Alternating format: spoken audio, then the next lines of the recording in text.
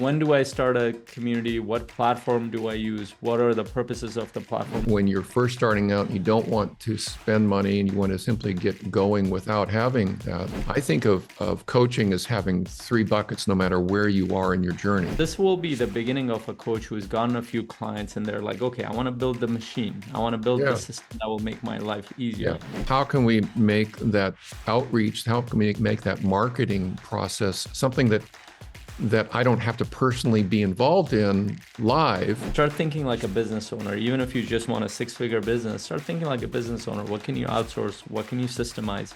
What can you get rid of from your plate? Because ultimately, coaches actually want the lifestyle as well. They want a lifestyle where they're free, and you can actually turn this into a job very quickly. I've done it. I'm so excited to have this conversation with Rex today. We're going to be discussing which platform to pick for your coaching business. Is it Kajabi? Is it Facebook? Is it Circle? Is it some other platform?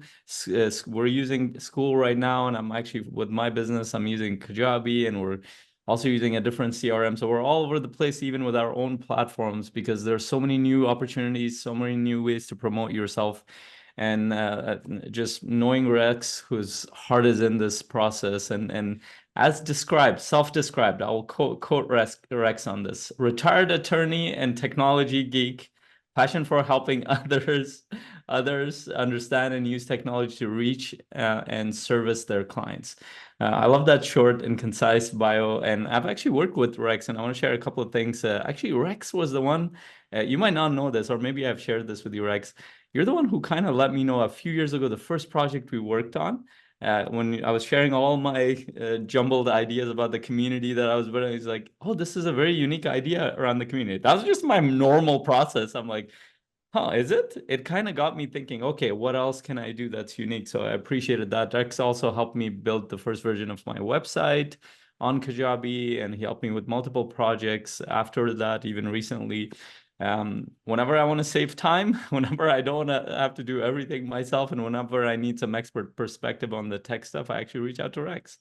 And that's why he's here. And nowadays we have so many with AI, there's so much AI technology, so many new platforms that are popping up.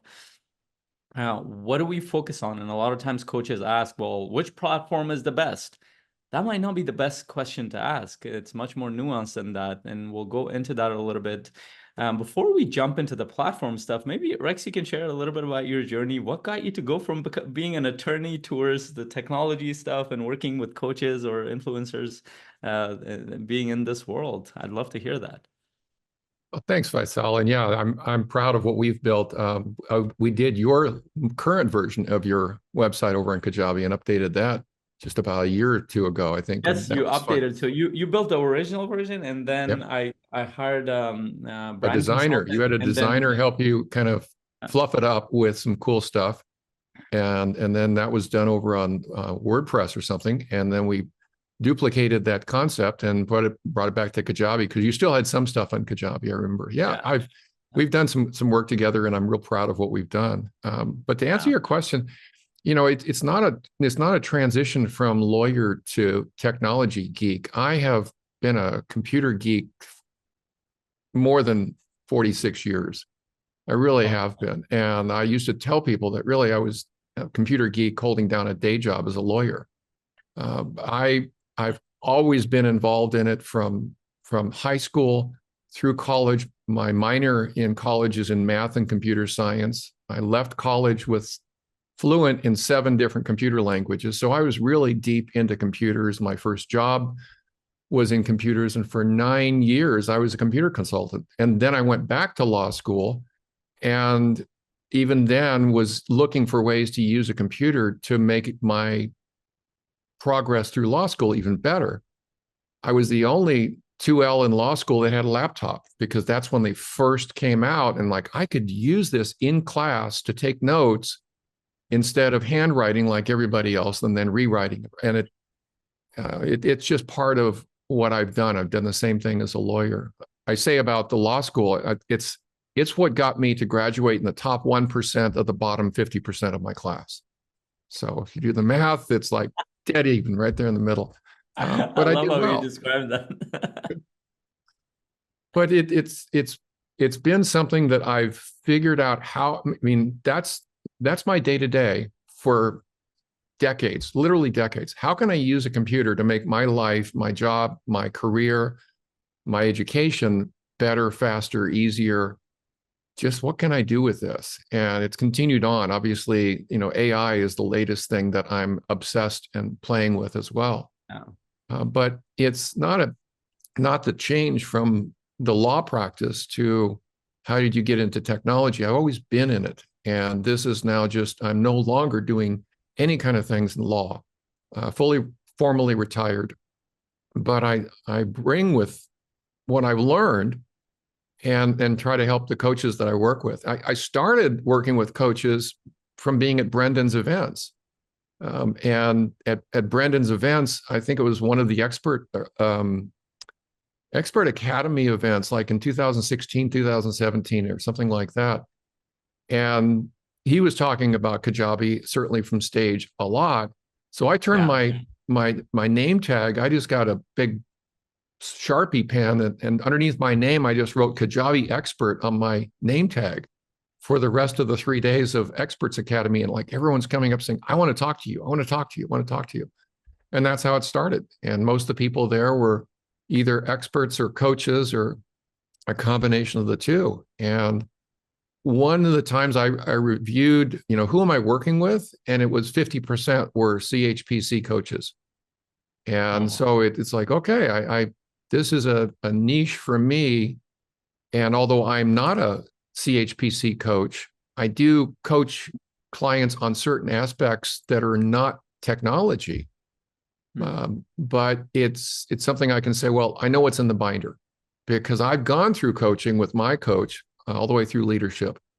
And just from working with so many of them, I know what Brendan teaches in terms of how to do coaching and how to do the marketing for coaching. So we talk the same language whenever I start talking to a coach.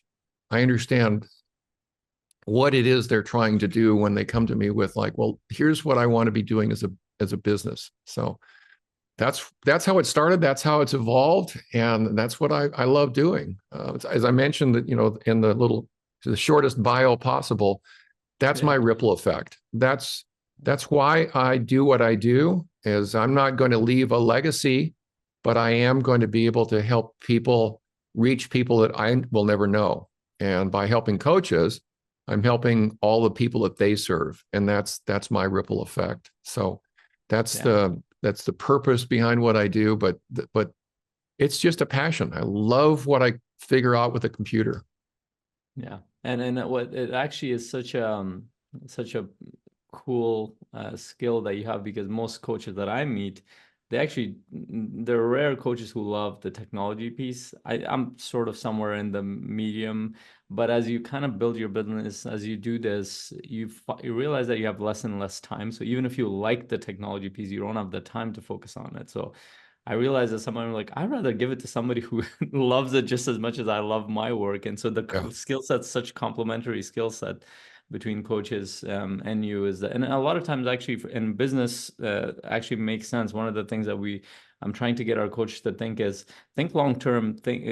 Don't think as a solopreneur. Think as a business. The long term, you're going to be delegating. You're going to be building systems around you, and eventually consider moving off of a lot of the things that you're doing. I used to do all my editing.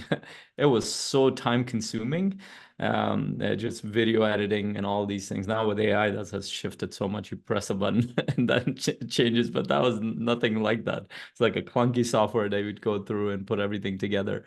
But hours and hours on that. And even then, I shouldn't have spent hours and hours on that, to be honest. I would have, like, if I go back to my younger self or the newer coach self, I would have said, you know what?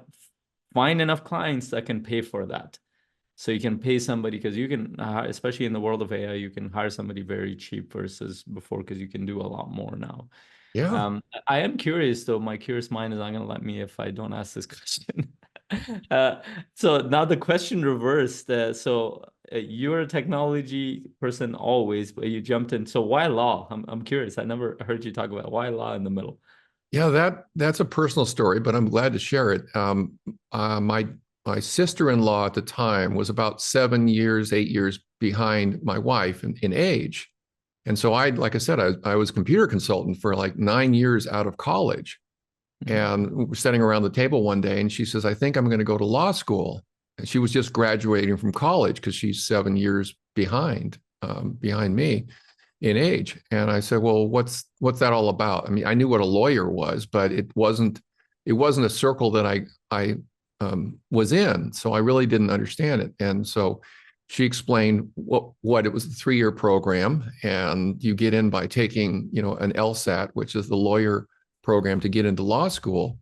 So I thought, well, I'm doing this computer thing and it's okay. And I was a computer consultant, very much like a private coach, and had bridged the gap between, at the time, computers, which I knew a lot about, and accounting at the time, because nobody knew about computerized accounting. They were all doing accounting manually.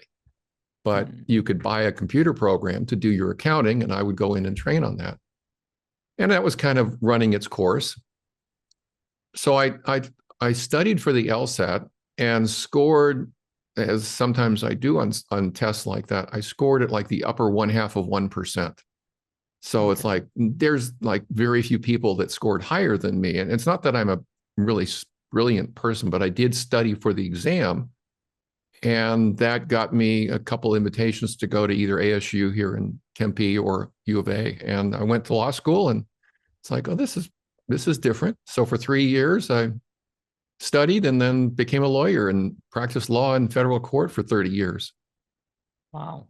Oh, that's incredible. I love the fact that you're so open to that big shift. That's not an easy shift to make for somebody to be in a career for 9 years or so, and Yeah. then shifting to that. I mean, to me, that shows you're a learner. You're a seeker of knowledge, and that makes you brilliant. Thank you.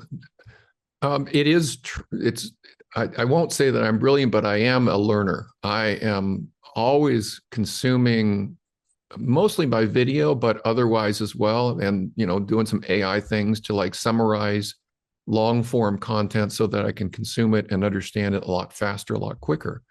And that's some of the magic that I can use AI for.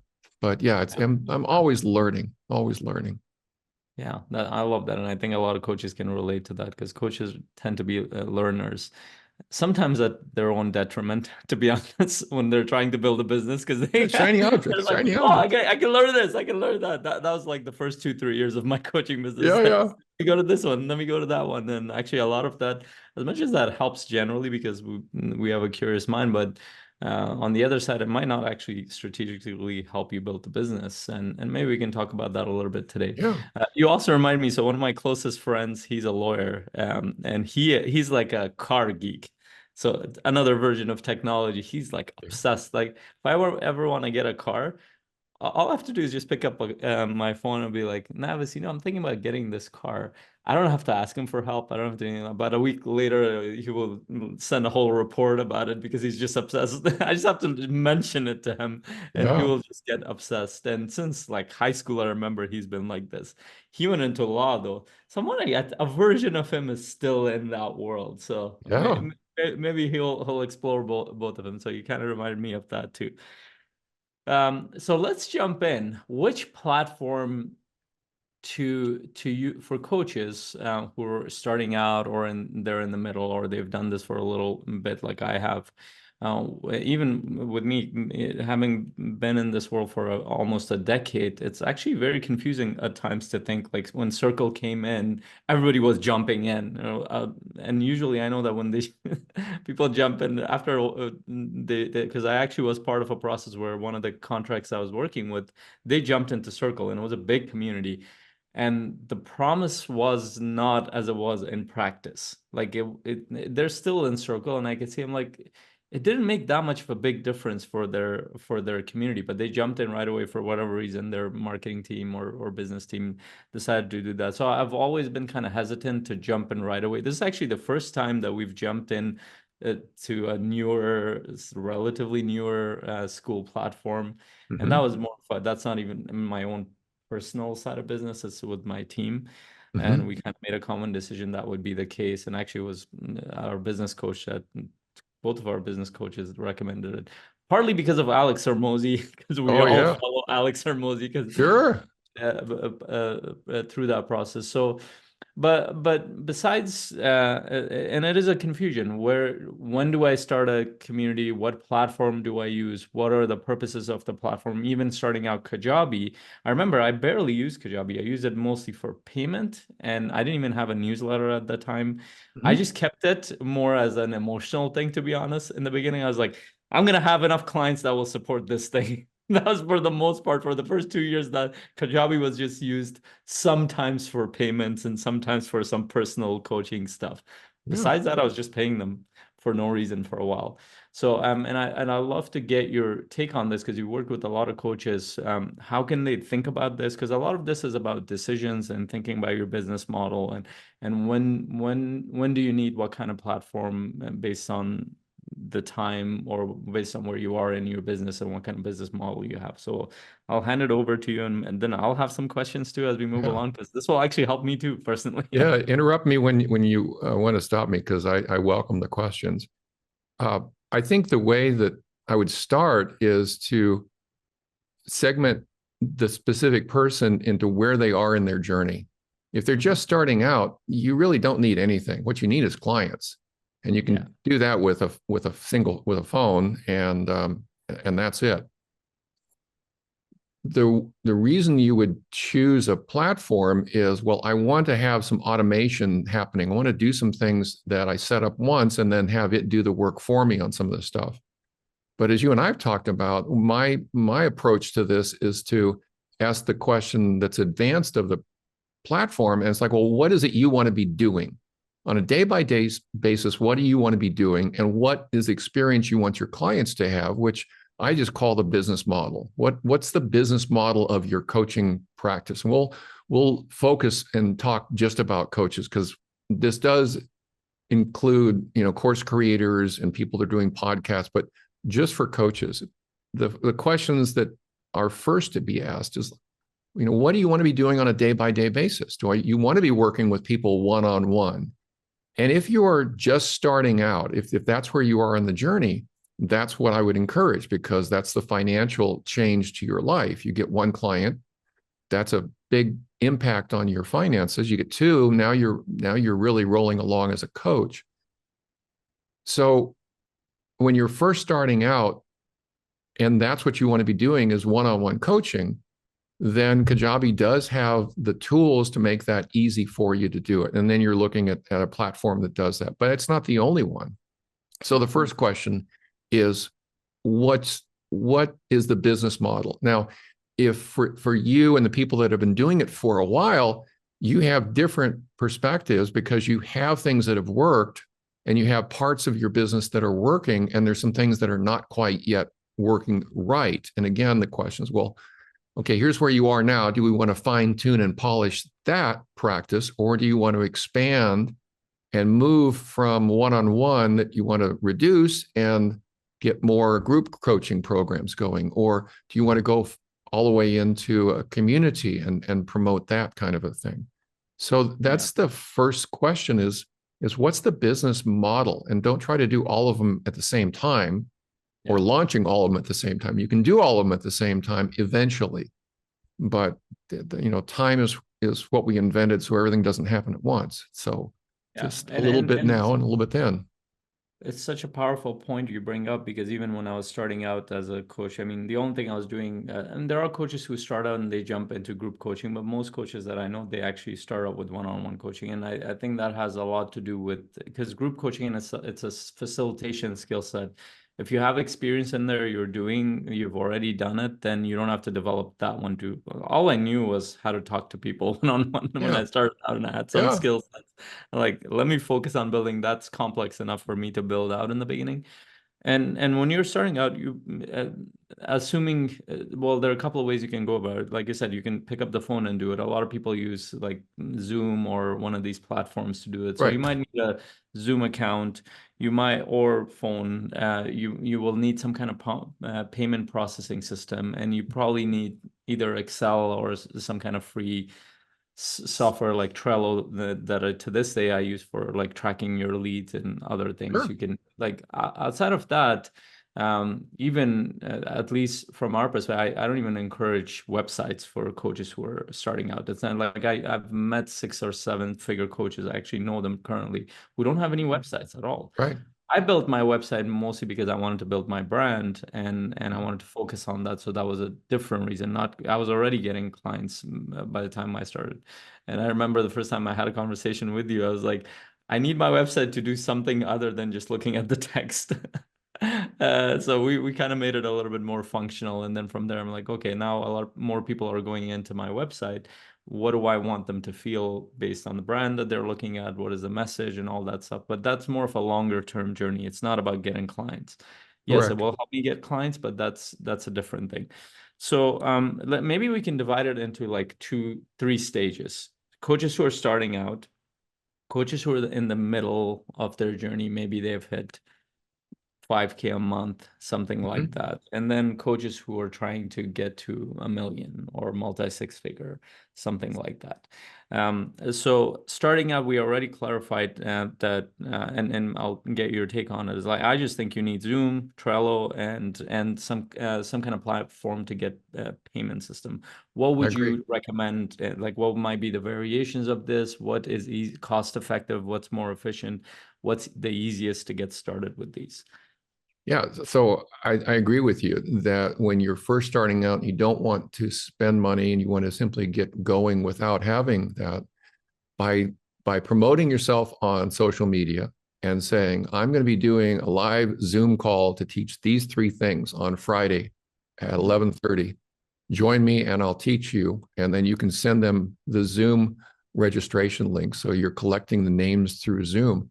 That's all you need to do that kind of outreach. So I think of coaching as having 3 buckets no matter where you are in your journey. There's the outreach step, which is Mhm. just being on social media. There's then the middle bucket, which is that nurturing from where they first meet you to where they say, here's my credit card. And then the Mhm. third bucket is you're being a coach. You're coaching, and that's your skill set and the curriculum that you've learned. So that outreach is just social media to say, here's what I'm doing. And I think that the thing that you're doing that works right now is still a webinar.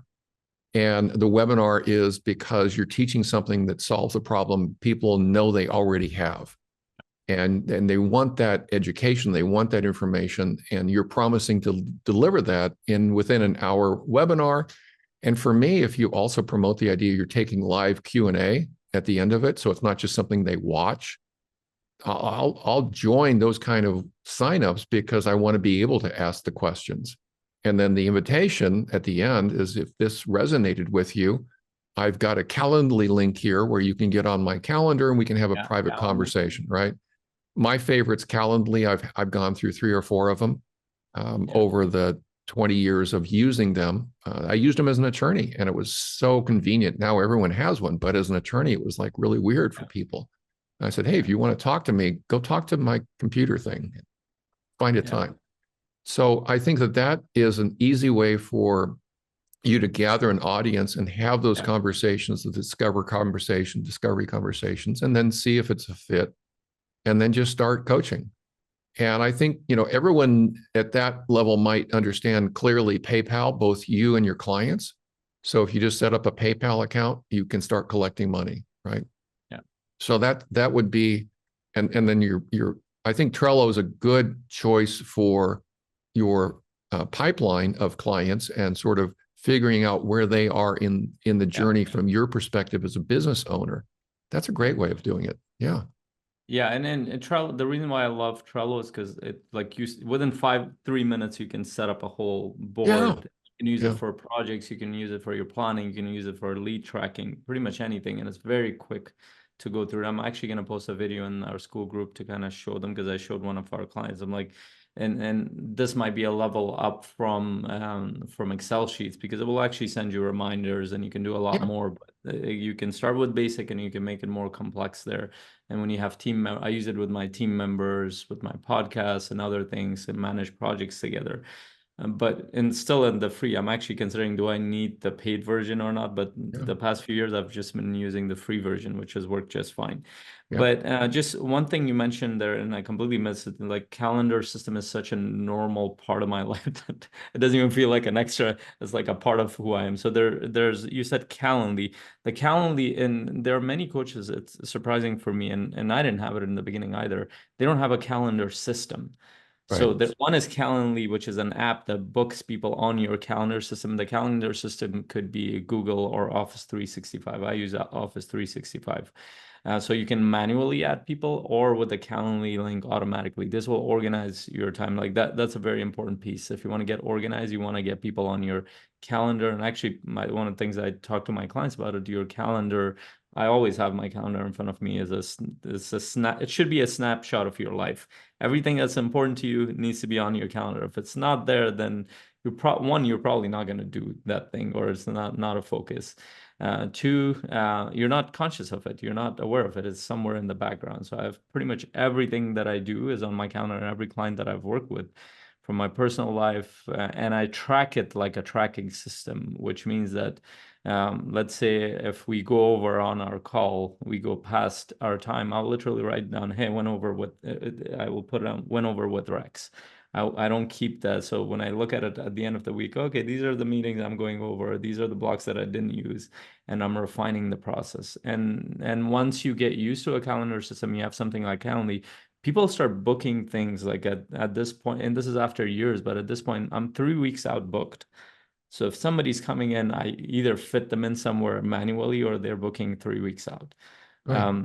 And that's in the beginning, you will have a very empty calendar, and that's Yeah. okay because you're starting out. But I really love this, that PayPal, Calendly, calendar system, and a Zoom account. Yeah. Like that's not going to cost you much, and it's a good starting point for new coaches to get started. Yeah. Is there anything I was missing in there?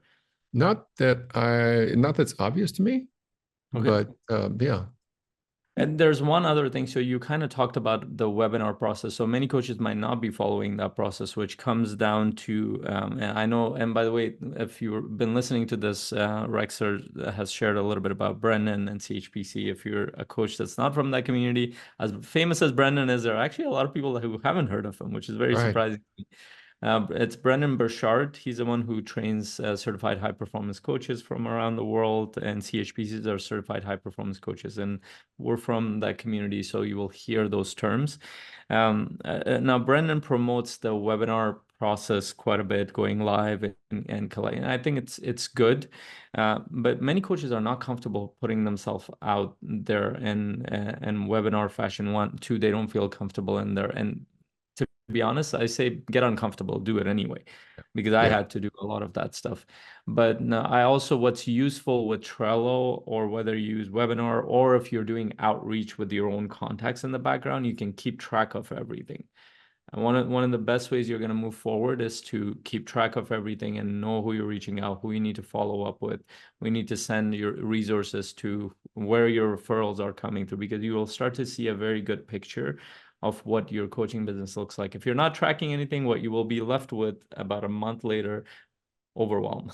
Like nothing is Yeah. working, and that's Yeah. the Yeah. condition. We end up with overwhelm because we don't have any data to analyze. But if you have data to analyze, you can make sense of it and move forward, or at least get support to make sense of it and move forward. Um, so let's go to the medium. So let's say a coach has gotten a few clients, and they have a good practice. Maybe they're around 5,000 a month or so, and they want to scale it up to maybe 20,000. And they're considering, okay, maybe I have, I don't know, 6 or 7 clients. Maybe I'll end up with 10 clients. And their calendar is starting to fill up a little bit, and they're starting to do some marketing, Hmm. newsletters and other things. That was around the time where I was starting to consider that. I didn't need to, but I'm also, and there are coaches who don't do any of this stuff, and they actually have a good six-figure practice. They actually leverage their own network, and they get enough referrals for them to do that. They don't have any social media presence. They're kind of the background. I would say that's shifting a lot with the world of branding, quite a bit that's happening, and with AI that's coming along. And people actually, the norm is that people want to see you. on some kind of platform, some kind of presence, whatever that looks like. So this is something to personally consider for a coach. But let's say somebody's considering marketing, newsletters, social media presence, maybe podcasts, maybe having some starting, or at least in the beginning stages of building a community. What does that look like? Like, what are you thinking at that point? What needs to, and I also want to look at it from a business point of view, because you have some resources by then. What part of it do they want to delegate? What part of it do they want to do it themselves? Because one thing I've learned is technology takes a lot of time to work out. I remember the first couple of weeks, I spent 2 weeks trying to figure out my Kajabi. I should not have done that, to be I honest. did as Like, well. It took me 2 weeks just like, why is this customize button not doing what I want? yeah, there's so much in there, and technology can be frustrating at times. You're trying to figure out this, and like even before getting on the call, I think I tried 3 times to go live, and Rex was patiently waiting, as he said. But technology can be clunky. It can be time consuming, or you don't know enough for you to make it work. So, and your time as a coach, even if you've made a little bit of money, actually, it's probably well spent finding clients and actually getting them in your pipeline and actually serving them, rather than being busy with technology. So what will, and I think this is where your expertise is, what will make it easier? And maybe AI comes into here too. But what are your thoughts there? That's a lot to unpack, but I think the the essence of what I could help the people listening to this kind of understand is at some point you get busy doing the coaching, and the outreach and the marketing of getting your next client becomes something you have to put on the back burner because you're spending the time with existing coaches, with existing clients. And so your dollar amount per hour that you're earning is better spent actually being a coach and sharing your wisdom and helping the clients through the process, through the curriculum, through your wisdom of whatever it is that you're actually doing with the clients.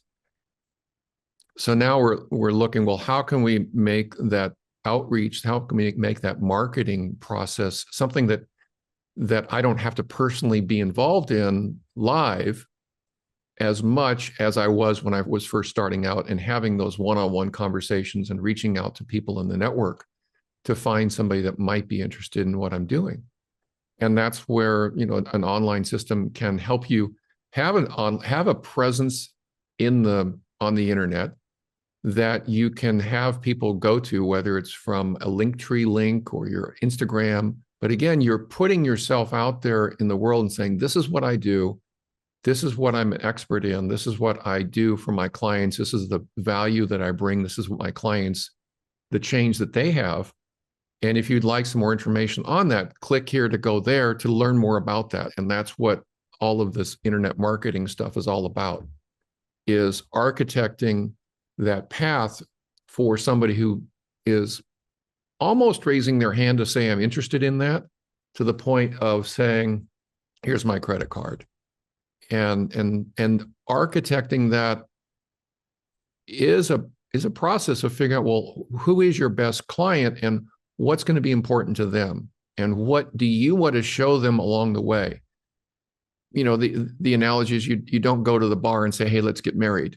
So you have to actually do that same analysis for your best client, or for who has been your best client, and how do you get more people like that? And Yeah. that's an individual thing, although there are some universal things. And I think that the universal things are have people take small steps forward that aren't painful for them. So if they give you their name and email, make sure that you're giving quite a bit of value in whatever it is that they can immediately use. And even if they never engage with you anymore, you've helped them with the one thing that you promised you could help them with. Mm-hmm. Here's 10 ways of having a better morning. Here's 3 things to think about before you go to sleep at night so that you wake up better tomorrow. Those things they can immediately put in practice. They can apply them to their life, and they can get some value out of it. And it's from that experience that they are then likely to come back and say, well, what else do you have that I can work with? Oh, you have a newsletter, so I can get your wisdom every single week.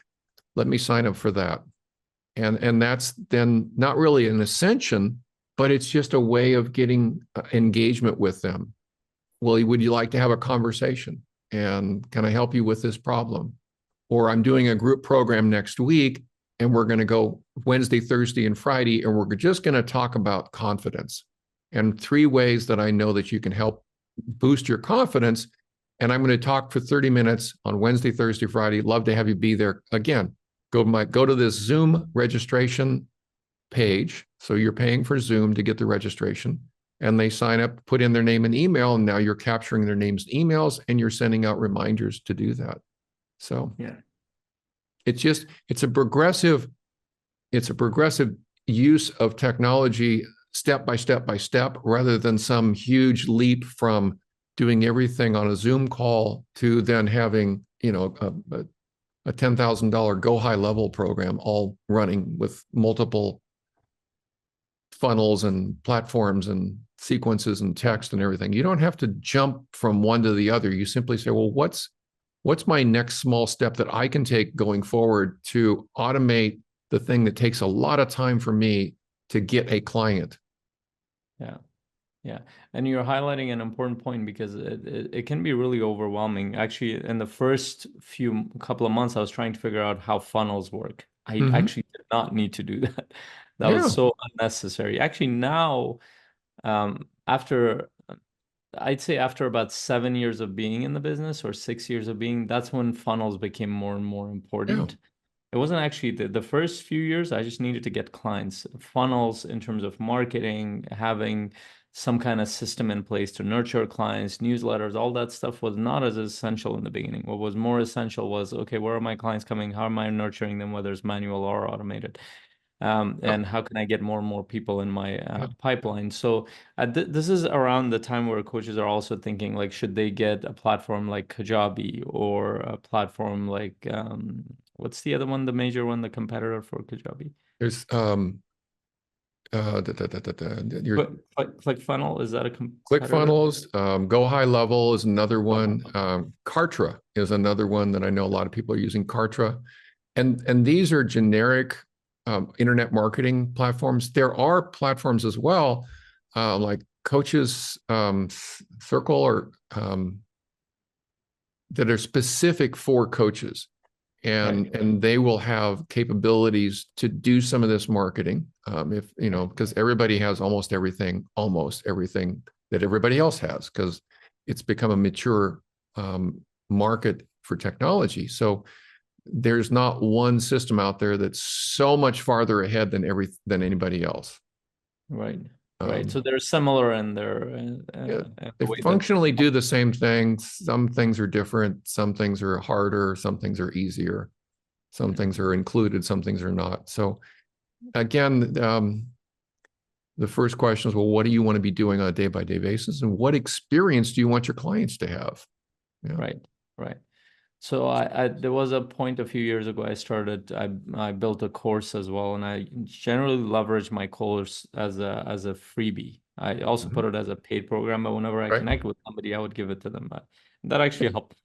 A lot of people came in, and the cool thing with Kajabi was that I could see their progress in the course, and based on that, I would actually adjust my outreach based follow up based on that. Hey, I can see that you've gone through this much of it, and I'm curious to hear what your insights were in there, and then that would continue. That builds a conversation relationship, and as if I saw that any areas they were struggling in, or any other areas I could support them, I would get on a call with them. So that was a cool way to leverage a course to build clients. And wherever I spoke at events, online or in person, I would just give my course. I still do that, to be honest. Yeah. Built a couple of courses, but then Kajabi became the place it's housed. It's easy to create like a Yeah. coupon code, and it's easy to share it. And also you can create a form with it, and I could put a QR code connected to the form. I literally did that in the event I Yeah. spoke at the other day, and the form captures all the emails, and it's very easy for people in an event to just in-person event to look at the QR code. So this is all like this. It's such an easy way to capture it, and now they can be nurtured. They're part of my newsletter as well in Kajabi. So I don't even have to do anything. My team is already nurturing them. They've already gotten value. And while I'm doing my stuff, they're getting nurtured towards that point where, and that might be 2 weeks out, that might be 3 months out, 1 year out, but the machine is working. So this will be the beginning of a coach who's gotten a few clients and they're like, okay, I want to build the machine. I want to build the Yeah. system that will make my life Yeah. easier. Which one of these platforms might be cost effective, easier? So if they're all very similar to each other, which one do you recommend and how would they approach it? And like what you did say take one step, but is it a place where you might think that, hey, they need to hire somebody to outsource some of the pieces of it? That there's I think there's two camps. There's somebody who has a lot of money and values time, and there's somebody who has a lot of time and doesn't want to spend the money. Right. Right. So the first one is going to hire somebody to save them time to get from point A to point B. The Hmm. second one's going to do it on their own, and it's going to take a long time. Now, Dean said once at one of Brendan's masterminds, he says DIY is delay in years. Yeah, So I love that, that. yeah, I stole that when I heard That's it. It's Dean like, Jacobs? no, Dean Graziosi. Dean Graziosi. Okay. And Yeah. it really stuck because, you know, what I do is I help people cut that time. And Yeah. so here's the shameless plug. I'm doing a build week next week. Yeah. So I'm taking what I would normally spend 2 months teaching somebody about Kajabi and building their site based upon their specific, weird, unique, specific business, and have all of that going in 2 months. And I cut it down and said, oh no, what do you need that's just the essentials to get started as a coach? And we'll build that site on Kajabi in a week. And you can go to my site and sign up for it. I'm only taking 5 people, and I'm doing 4 hours of live mentoring every day to make it happen. It's Gotcha. something we can compress down to 1 week. And it's not free, but it's less than you're charging for 2 months worth of coaching. I'll Yeah. guarantee that, no matter where you are in your coaching program. So Yeah. um, I do think that there's a matter of figuring out, well, what are all these Lego pieces that are in front of me, and how do I use them to build my site versus having somebody build it and explain it. I know I shared with you my joke that I build Kararis, which is a combination of a Ferrari and a Kajabi site. And that's what I've done historically for coaches is I've built them a Ferrari version of a Kajabi site for their specific business. Yeah. And this is a way of condensing that down to just the essentials to get you started that you can later do more on. Yeah. Right. Right. I love the perspective you bring, the DIY delay in years. And actually this is one of the more I've been around business owners, the more I've been around people who think abundantly. I love this quote as well, is that you either have time or you have money. It's rare that you have both. Right. Right. So now as you kind of develop more resources, and this was actually a hardship for me too, because I wasn't used to delegating anything, like Yeah. Me let neither. It's alone like everything. nobody can do it as good as me. That's, I know that's the attitude, that's the right? first thought, and every client I have, they think the same way. But so I had to overcome that, and one of the things that helped me was that okay, if you're actually gonna create systems that you might lose money right now, but long term you're gonna gain a lot. Like if so, that as a quick example. So the reason why I came to you because I even might have used these words. I'm like, this is gonna take me a whole month in Mhm. that month that I paid you a little bit of money for you to do this. I think it took about a week or two to set up everything. Yeah. Uh, that's a month's worth of connecting with clients and doing that's at least in my business that would translate to at least at the time at least 25K. I Yeah. didn't pay you nowhere near that No, no. to get that done, right? I And of course undercharge you. yeah, and I should have had that mindset actually way ahead when I was making even 5,000 a month. Okay, how Yeah. can I Right. start thinking like a business owner? What needs to be delegated that's taking up my time that I Yeah. shouldn't be spending? I'm not a technology person, even if I like it. Yeah. My limited time needs to be going to this stuff. And a lot of coaches who are starting out, they also have their job or another thing that they're doing, and on top of that, they're doing the business. So between the two and now you're doing other stuff that has nothing to do with your business or it might help it later, but you're spending all this time, it's probably not worth your time. And somebody, and I can attest to Rex does amazing job, and somebody that can help me move it forward. But it's not just in like in any area where all the coaches that are in our community, I tell them like keep a part of what you make as an investment back in your business. That might be for delegation, that might be for investing it into coaches, that might be keep a part of it for that. If you cannot keep that, then you're not thinking like a business owner. You're thinking like a solopreneur. I'm just gonna make money and take it out, and that doesn't work anyway. You're probably gonna crash very fast. And ask me how I know. I just crashed a couple of times like that. I'm like, I need to stop that. I need to Yeah, start I thinking spent like a business owner. $600 this week alone on a new course, right? Yeah. Okay. So I know does your program include AI stuff in it too? It does not, because it's the process and building a site for the coach to be able to do specific things, right? Right. So it's a landing page for them to be able to send traffic to, so we can capture their names and emails in exchange for a gift, a freebie. It's the Mhm. landing page so we can do live webinars. And I love, you mentioned that people don't want to do it, webinars, but that is, if and a common mistake on the webinars is they think that at least the coaches I've started working with as new coaches, they think, well, I got to change it every week. It's like, no, you do the same exact thing every single week, because it's not the same people that are coming to it. And sometimes people will come back to it the same week, but you Yeah. get really good at teaching the content that you know. And so we set up a way for them to do a webinar and then have all the reminder emails go out. And that's the essentials of getting started. And then obviously collecting money, and you can get paid through Kajabi that goes over into your bank account. Yeah. Yeah, it's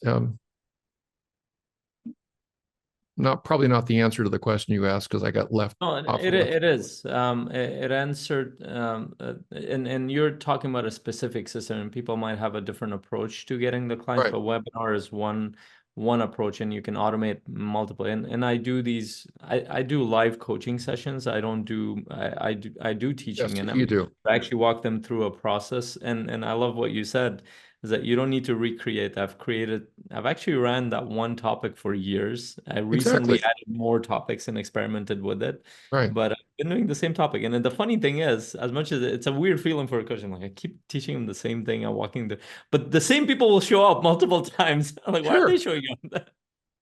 Well, now, the next week, if they do actually come back next week, and that does happen, it's rare, but it's not the rule. It's the rare situation. They're different than they were last week. They've heard it, and now they're hearing it again.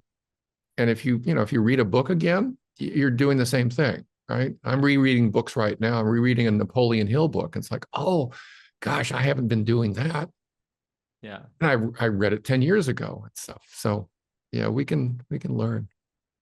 Awesome. And I wanna go a little bit more towards more advanced coaches who are building at this point. I'm hiring other coaches. I have a couple of communities, or I have hired coaches. I have a couple of communities. I'm trying to build my brand. I'm in different social media platforms. I have a couple of team members that are helping me. What is, in your opinion, what are the things to consider if you're starting to be at that level, or you're getting to that level, or you're trying to work out things where you're going to actually build a system? Because I'm trying to get to a point where, and this is the thing that I've been very careful around for my business coach as well, is because getting to the seven figures might not be the hardest part. Maintaining it might be the hardest part, because a lot of people the people who can get to seven figure, they've crashed because of the volume, because of the systems not working properly. What would you recommend in terms of technology and their investment and other things that they need to consider? I think that progression is even slower than the change from a brand new coach to one who's making 3, 4, 7, 9,000 a month. I think that is more methodical and involves your team and finding the things that are not working that are specific to your business. So I think the advice is even less specific at this point than what I could say, okay, here, you're a brand new coach. Here's what you should be doing. And we can give them a list of the products that they need and the activities they need to be doing. When you're doing, 60, 70, 80,000 a month, or some numbers like that, you're really rocking and rolling, and you've got a high ticket program, and you've got a way of getting new clients in that pipeline, and that architected path for them is working and is fine tuned. Now you're simply polishing the rough edges of your own internal processes, whether you're defining a better process within the business of how you do things, or you're trying a different aspect of how to reach new clients that you're not currently using. Right. Right. But yeah, your point about, doing the same webinar every single month. I'm on your list, and it's like, oh, he's doing the thing again. And I've seen your stuff. And it's like, oh, that's so cool. It helps a brand new coach get really confident and comfortable teaching those things that are the essence of their curriculum. You just pick, well, what out of your 5 pillars of your coaching program, pick the one that's most exciting to you, and teach the best initial things that somebody would first learn about that. Yeah. Because what that does when you do a webinar is it lets them see you teach, understand, oh, you do know your stuff, and I like the way that you teach it because it's comforting, and I follow you, and I get the excitement that I can actually go do that myself. And here's this guide that you emailed me as well before the call, so I'm actually putting it in place. It's just got a lot of the check marks of things that are necessary for somebody to know, like, and trust you. Well, Frank Kern says, well, how do you prove that you can help somebody? You actually help them. So that's what the webinar does, is it helps, 5, 10, 20 people on your webinar. And now you've helped 5, 10, or 20 people. The universe doesn't forget that favor. And out of those, a couple of them say, what's that Calendly link again? Where's that QR code for your discovery call? I just want to have a conversation. And again, make it so that it doesn't seem threatening. And maybe they just have a discovery call. When I work with new coaches, I really encourage them to have lots of discovery calls, because you get good at that. And you get good at figuring out how you can help somebody and how you cannot, because they're just not your client. Yeah. And that then becomes a 10-minute call versus an hour and a half. Yeah, and that's something similar that we promote, is that you got to do your first 100 calls. If you haven't done that, you probably don't even know how you are as a coach until you're actually within the thing. And actually interesting, and like I was thinking about like how many sessions that I've done over the past decade and all that stuff. I've actually done more sessions free than I've done paid. Yeah. Like by far more sessions free than I've done paid. But when I've gotten paid, I've gotten paid well. Yeah. And I've served a lot of people. There are a lot of people I've helped completely for free, and they've gone and used it. They've created a life, and I'm actually just as happy about that as I am for when I got paid. So the universe doesn't, a couple of things on that. The universe doesn't forget a favor. I repeat that because that is how the world works and the universe works. The other thing is this business model that I love. It's the new one that Hermosi and Andrew and some other people are all about.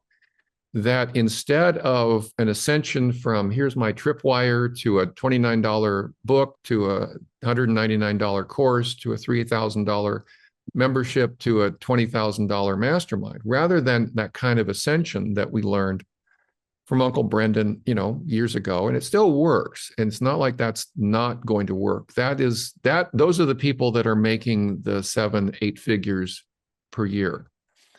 Another way of doing it, though, is give away everything for free, including how to, not just giving away the what and then getting them to pay for the how.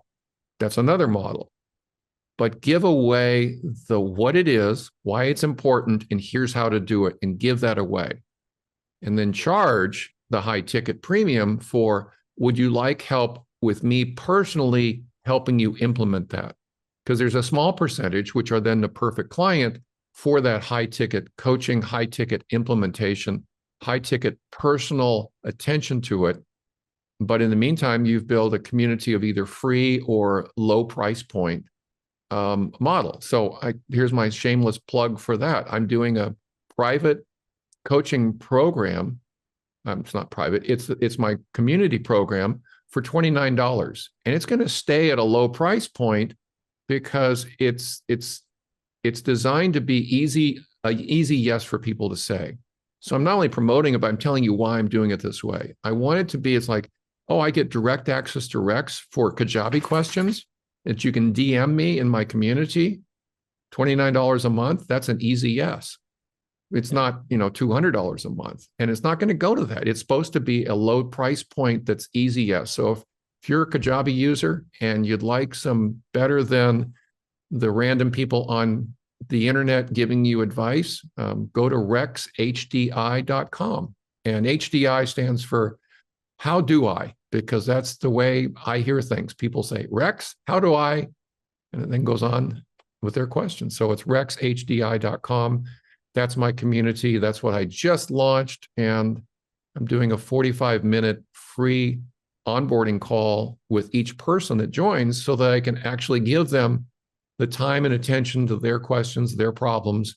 And Faisal, as you know, that's about a $200 ticket to get me for 45 minutes. So Yeah, love no, to have that's you. that's Love to have very valuable. listeners be part of that. And hopefully you'll drop that in the show notes when you do get around to posting it. Yeah, we'll definitely put that when the edited version is going to go on our YouTube. Right now, Yeah, yeah. the school members are joining, who have joined it, and many of them actually have Kajabi, because we talk about it too, and many of them also come from the CHPC world, not all Yeah. of them. But if you're in the world of Kajabi, definitely connect with Rex. He knows what he's talking about. He's helped me multiple times, and actually many of the members I know you've helped out in the community too. Um, Um, yeah, Daniel's a client. Helped yeah. Daniel with one of his projects. You've been a good client. Haven't talked to Sherry, but yeah, there's, like I said, there's I know what's in the binder, and they're my clients. So Yeah. And one last thing I wanted to share. I also wanted the coaches to understand that you are building a system. You are building a business here. And I also wanted them to know the potential of it. This could potentially be a 6, 7, 8-figure business, depending on what your desires are. Not everybody wants that. Not everybody wants to take it to that level. But if you are considering to take it to that level, understand that there's a progression. You're going to have to build systems. You're going to have to start thinking about outsourcing it at this point. And here's the beauty of the coaching business: you don't actually have to spend a lot. What I'm making, like my expenses don't go above 4,000 a month. mhm. And that's for future investment, branding, support, ongoing team members. Like all I need is a couple of team members. Maybe I'll get one more team member. Before that, like building a multi 6-figure and 7-figure business, and a lot of it is in anticipation of more volume coming in, so that I don't break the system. But start thinking like a business owner. Even if you just want a 6-figure business, start thinking like a business owner. What can you outsource? What can you systemize? What can you get rid of from your plate? Because ultimately, coaches actually want the lifestyle as well. They want a lifestyle where they're free, and you can actually turn this into a job very quickly. I've done it. Mhm. Yeah. And you will always be working, and even though you love the job, you will get frustrated with yourself. That's one of the reasons why I started thinking more systems. And if you want a life that's more free, and that's a big promise of a business, is that it will give you time freedom back, and it'll give you time to focus on the things that matter to you. And what's the benefit is, if your heart is in this, it will not feel like you're doing work. So when you Yeah. are working, you're fully in it, and that's what I've felt the past decade. And when you're not working, you're not worrying about your business. It's running Yeah. itself. There are people that are support you. Build a team around you. Start thinking about delegation from now on. Set up a part of your resources for you to delegate to amazing people like Rex, and start building systems around you to get the right advice you need to move forward. And we actually will be talking about this more and more in our community. And also, if you know anybody who hasn't joined, any coaches who haven't joined our school community, coaching master community, please let them know, because May 31st, we're going to go up to $97 a month. It's still at 47. And if you take on our challenge, it's $37 a month. I've already posted something in the school group just this morning, so you can share that message. Please, we need your help on that. And definitely connect with Rex. Thank you so much, Rex, for spending this hour with us. I really appreciate you. Yeah, you're welcome. Yeah, and if you're on school, mine's under Hero Hub. That's where you can find me on school as well. So Awesome. Awesome. Thank you, Rex. Hope you have an you're welcome. incredible day. We'll talk soon. I will. Blessing. Take care. Blessing. Bye. Bye.